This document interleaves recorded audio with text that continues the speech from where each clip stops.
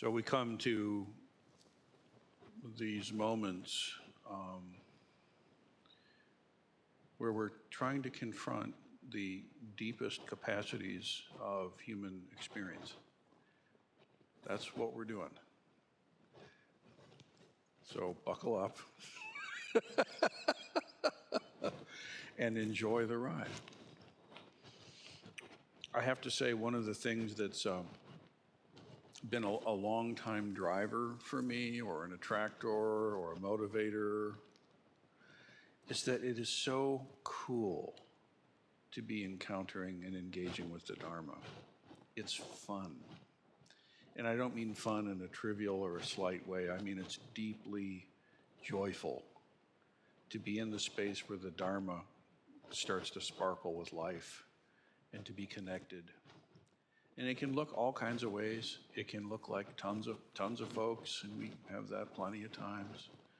But it doesn't depend on that. It depends on that vow that we all have in common, right? It depends on honoring the forms and the traditions whilst adopting them, bringing them to fresh life, and with earnest sincerity gathering together and humbly asking the Dharma to express. So all of us can hear it and receive it. And I think one of the things that was really important for me when I was much younger, just encountering the Dharma, is the life that I could feel when the Dharma talk was happening. When Roshi was up there and the Dharma discourse was happening, we say the Dharma winds started moving, And I'm just so thankful that I was sensitive enough to be able to tell and to find nourishment in it. And I have to say that that feeling is still the same and still wonderful. So although it's not about having feelings, it feels great. So let's see what we feel. We're rounding the bend here. This is the final chapter of the Lankavatara, and we're in the last few bits of it. And just to kind of orient us a little bit, this is chapter 13 in the Goddard translation, and it opens up this way. Mahamati, the querent in the sutra, then said Mahamati to the Blessed One, "Pray, tell us about nirvana." Nirvana. Please tell us about nirvana. The Blessed One replied, the term nirvana is used with many different meanings by different people, but these people may be divided into 4 groups. There are people who are suffering, or who are afraid of suffering, and who think of nirvana. Then there are the philosophers who try to discriminate nirvana. Then there are the class of disciples who think of nirvana in relationship to themselves. And finally, there is the nirvana of the Buddhas, which is where we are. Now, briefly, when the Buddha elucidates these categories of folk, he's kind of elucidating 3 ways that we're prone to get it wrong, what we think nirvana is. To be clear, he's not talking about other people, he's talking about us. He's talking about himself, perhaps, he's talking about us for sure. So, ordinary people who suffer, what is he talking about there? These are folks that imagine nirvana to be an escape from suffering, okay? That somehow, if I attain this nirvana, I'll be free from all pain. They think it means destroying the senses or destroying the mind after death. And they see it as something very separate from the world that they're experiencing. And most religious traditions play into that quite directly. Some version of this world is fallen, but the true heaven is elsewhere, and if you obey well enough, then you'll be rewarded with that, and it's very not here. And the Buddha says, no. Then there are philosophers, he points out, and we spent some time looking at this together. They theorize that nirvana is some kind of extinction, some kind of a blank state. See? Somehow when the mind stops functioning and everything disappears, like, if you blow the candle out, that annihilation is what nirvana is, emptiness as nothingness. But this is not, the Buddha does not accept this. That's not it. It's not nihilism. And then finally, he takes some time to admonish those who think of nirvana as some kind of personal liberation for themselves from the cycle of birth and death. That's the disciples that don't quite see it right.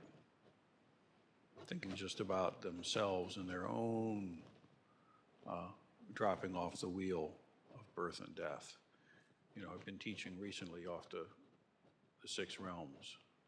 So that personal escape from that, I got out. Thank goodness I'm unjacked from the matrix. The Buddha doesn't accept that either.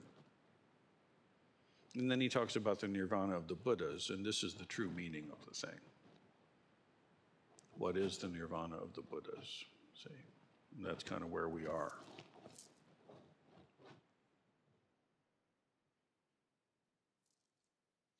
The sutra goes on here to say, the death of a Buddha, the great parinirvana, is neither destruction nor death, else it would be birth and continuation. If it were destruction, it would be an effect-producing deed, which it is not. Neither is it a vanishing, nor an abandonment. Neither is it of one significance, nor of no significance. For there is no nirvana for the Buddhas. Kind of startling claim at first read. So, what's going on here? The Lankavatara on the whole makes a very clear and persistent claim, saying that universal mind and nirvana are not separate. Remember that prajna, wisdom, realizes universal mind. The sutra calls it Buddha mind, universal mind. The intuitive mind is that which connects directly to the universal mind through what we come to call the Dharma eye. Okay. So this world of life and death are not separate from nirvana at all. In noble wisdom, all things are nirvana right from the very beginning. So I talked recently about the 3 sabhahas, which are the 3 natures. And this is to say that when the imagined nature, the false discrimination, stops, then the dependent nature is understood. Meaning, how is it that this is happening? And I talked to some length about the fact that you can see things as causally dependent entities that kind of stack and then unstack. But that actually, this dependent nature has more to do really on the sutra's own terms with the mind's projection. How it is that we come to have an experience of something. And that's a deeper way to see it, and I think that's more what the sutra is actually trying to get us to understand, to experience, really. This imagined nature, this false discrimination stops. The dependent nature is seen. We see the builder of the house. We see the builder of the prison. We see the crafter of the facade that causes all this suffering. And then what happens is the perfected nature is what's inherently there. So this nirvana is not a place. Nirvana is awakening to the true nature of mind. That's like, if you had to say the essential teaching of the entire sutra in a phrase, that would probably be as close as I could do. Nirvana is awakening to the nature of mind, to yourself. So it's not extinction, it's not annihilation, it's not about being somewhere else in some better setting. It's not something that happens post-mortem. It's the direct realization that mind itself, universal mind, Buddha nature, is utterly free and intimately present. In fact, there's nothing outside it.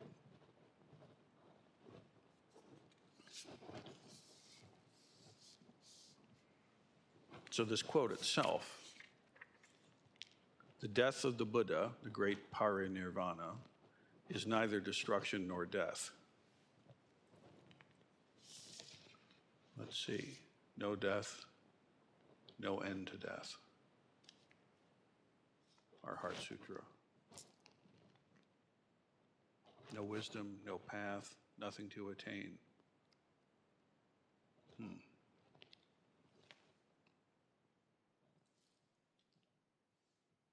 It's not destruction nor death. It's not annihilation. Enlightenment is not annihilation. Don't let the word nirvana hang you up if that's not a clear term.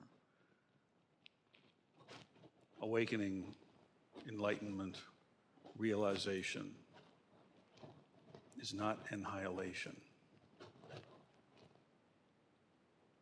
If it was something about destruction, then there would be a cause. You can't destroy something without there being a beginning of something. And if there's a beginning of something, there's a cause to something. But nirvana is uncaused, is unconditioned. The true nature of your mind, the true nature of universal mind is unconditioned, uncaused, unborn.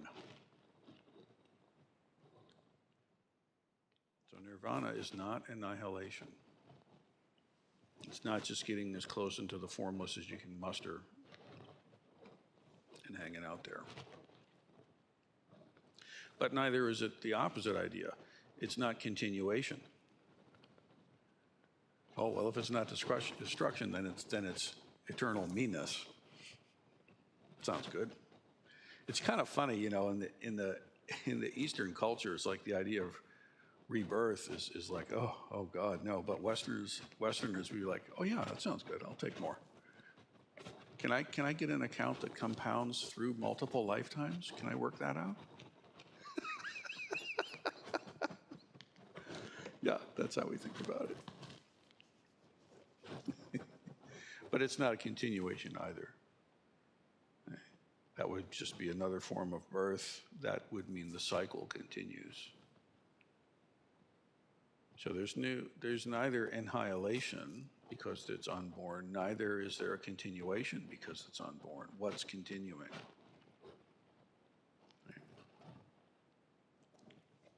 It's not disappearance. The text goes on. It's hard to a little bit to pull this through, but neither is it vanishing. Right? What's that about? It's not disappearing. You're there, but we can't see you. That must be what it is.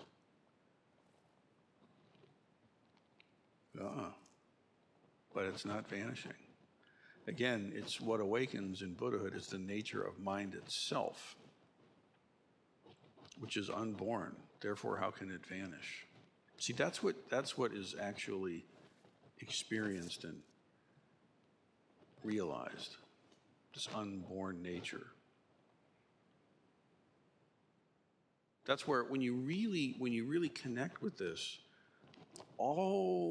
I just imagine all the energy that we spend trying to protect ourselves and trying to defend ourselves and to improve ourselves and to put ourselves up against the other selves with which we contest. Just imagine all that energy didn't have to be spent that way. Like if you could take all of that and just like enjoy instead, say, and then maybe be useful for others, say. And maybe those two things collapse into the same thing, say. Now you're a bodhisattva.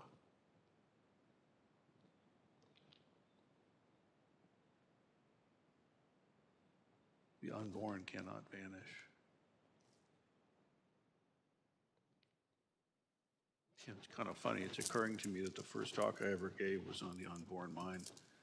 It was Master Bankai. And that's the only thing he taught. I was really into him at that time, you know. And Myotai Sensei, you know, she popped on me that I would be the Shuso. And I looked to her for guidance, foolishly, about what's supposed to happen. And she said, well, you'll see. Oh, goodness me. And I think that was the last session she ever did, so if I remember right. Like the one before that, she gave us the precepts again. And then that's where the Dharma named Rinsen came down and Doan. And then the next session, and again, these weren't at Garrison Institute any longer for reasons I don't know. They were at some other place. Yeah, we were in the shed or something. Anyway, there came to be the moment of my shuso, which is acknowledgement as a disciple and the necessary step to be able to give, you know, some permissioned derivative authority talks. And I asked her what will I be talking about? And she said, well, you pick something. And so that's what came out, the unborn mind. I forget exactly what quote, but all the quotes from Master Bankai are the same. Just realize unborn mind. It was like Yutai's finger for him. That was his phrase that he would whomp people with, you know, or caress them, depending. But that's the teaching. And here it is again. It's really important if you can understand the Lankavatara on its own terms, even a little bit. All Chan makes so much sense. It just lines right up. Everything just flows right from it. The Heart Sutra itself, as we've come to recite it, is just another explication of the wisdom in this sutra. All the wonderful Taoist flavored teachings, the Faith in Mind poem, and on and on. I mean, it's great teachings. The koans. I'm not saying you can get to enlightenment by understanding it, but having the right cognitive framework is extraordinarily helpful. It really is. So this nirvana is neither a vanishing, nor an abandonment, neither is it an attainment, nor is it of no attainment. See? Another translation says, neither is it of significance or no significance. It's not a fixed, definable state. When you realize nirvana, you don't snap into some altered state and then live there amongst your lowly mortal companions who don't adorn such realms. It's not like that. It's not a definable state. It won't fit into philosophical category or metaphysical containment or logical definition or psychological analyses. It transcends any kind of conceptual duality at all. Remember that the intellect itself is not capable of perceiving universal mind as an object of perception. You cannot. You can't feel your way into it. You can't corral yourself into sentimental enough state or emotionally charged enough state to have the catalytic moment come through where suddenly now you're awakened. You can have deep emotional experience and you can have very clear or muddied thinking, but it's prajna wisdom, prajna, dharma, I, is what perceives universal mind. And then, of course, what you see is that everything is it, including sights, sounds, smells, tastes, sensations of touch, sensations of the body, feelings, thoughts. They're all it. What else could they be? But you have to come in through Dharma to realize the nirvana of all this samsara.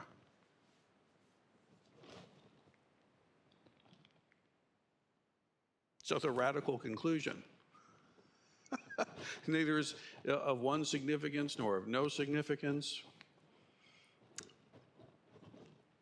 It's not definable into a state. You can't quarantine it or capture it or harangue it.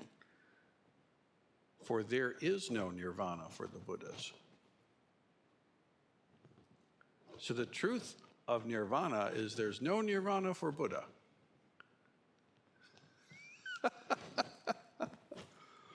It's hard to perhaps appreciate the radicalness of this statement, okay, in the tradition that has had for many centuries, samsara sucks, nirvana is awesome, you want to cross the bridge from samsara to nirvana, you do that by renouncing everything, and here's how we go about getting off the wheel of suffering.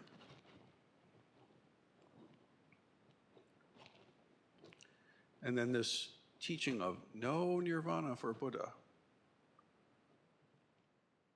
Now, the actual truth is that none of these different teachings actually contradict each other at all. They really do not. But I think what is also fair to say is that different folks with different causes and conditions need different upaya to be able to access the Dharma. I think that's correct. So that's why you can see some people might be drawn more to one kind of practice or some other kind of practice. And this is not a matter of better and lesser or higher or deeper or anything like that. It's a matter of what is the correct affinity for a person's karmic causes and conditions at that time. So it'd be like the same way if you go to the pharmacy, it's not like these medicines can test with each other. They're all there and they do exactly what they're supposed to do, hopefully. But ultimately, it comes down to realizing yourself. And Zen Chan, really, has this very particular take on this, which is to say that the awakening of the Buddha is your birthright. And you can have this awakening. And in fact, I would go further and say there's a mandate that you do. You need to do this. If you're hearing this, get it together, right? How rare and auspicious to actually encounter the Dharma at all, let alone something as heavy duty as the Lankavatara. If you have the causes and conditions to be listening to this right now, you have the causes and conditions to come to complete and full awakening. Don't disrespect yourself by thinking anything less. So no nirvana for the Buddha, because there's no separate thing called nirvana to enter somewhere. So this duality between samsara and nirvana collapses. Samsara is nirvana, nirvana is samsara. Samsara is exactly nirvana, nirvana is exactly samsara. Let's see.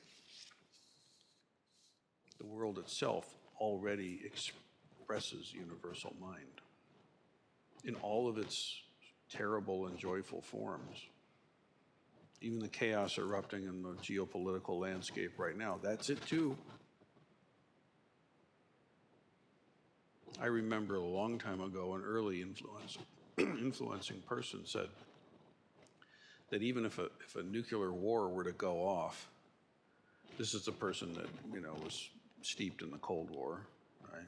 Even if the red buttons got pushed and we just blew each other back into the Stone Age at best, it is undiminished. I'd prefer we don't, for lots of reasons. But honestly, there's no way to mess this up. inherently perfect and complete, lacking nothing, even with all of the world being on fire.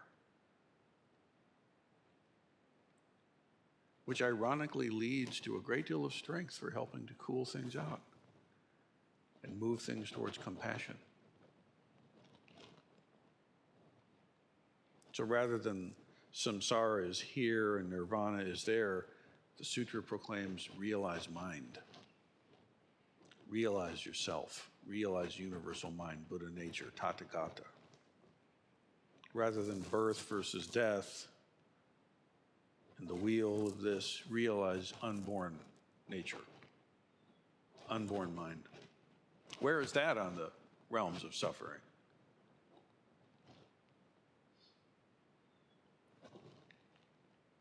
Instead of attainment, you're going to attain nirvana. It's simply a recognition of what is inherently so. It's nothing to attain. Therefore, attain it. I don't remember if that's the one we chant these days or not. It used to be. Maybe it's not now. I get a little blurry, but the Buddha way is unattainable. I vow to attain it. I think that's an earlier one, right? Yeah, I grew up with that one. Now we embody it, yeah. Unsurpassable, yeah. Yeah, it's all good. Don't crucify yourself over words. Or others, please. Or me. The Buddha does not enter nirvana. Rather, realize all phenomena were never separate from nirvana in the first place. In noble wisdom, all things are nirvana from the beginning.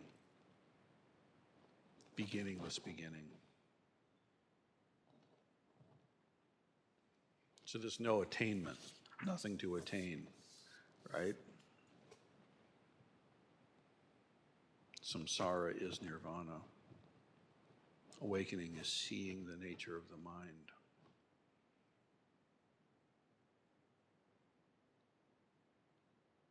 So what are we doing at Sesshin? What are we doing in Zazen? This is what we're doing.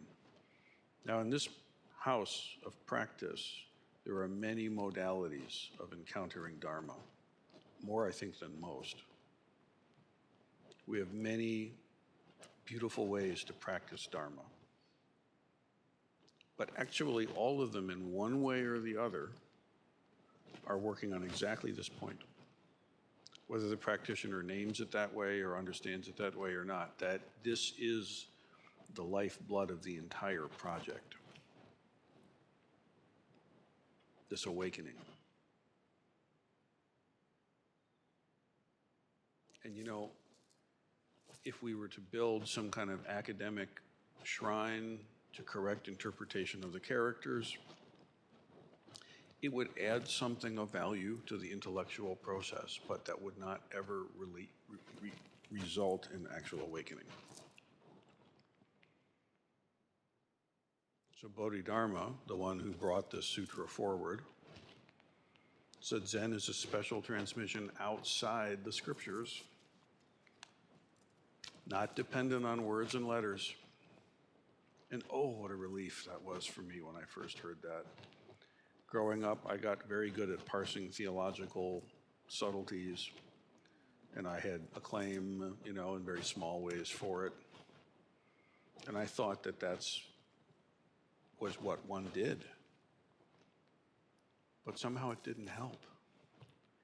And there's always a cogent other way to think about it. There are other truth claims that can be just as circularly defended with their own internal logic. And then along comes actual practice and awakening of unborn mind, beyond words and letters. Oh, what a relief. So enough words, enough with letters. Let's get back to the real business of realizing this unrealizable nirvana, which is right here, right now. Trust yourself, trust the process. It doesn't matter if the Zendo is teeming with interesting people or it's an empty hall with one lone candle flame burning on the altar. It's exactly, comes down to precisely the same thing. You, your freedom, your awakening.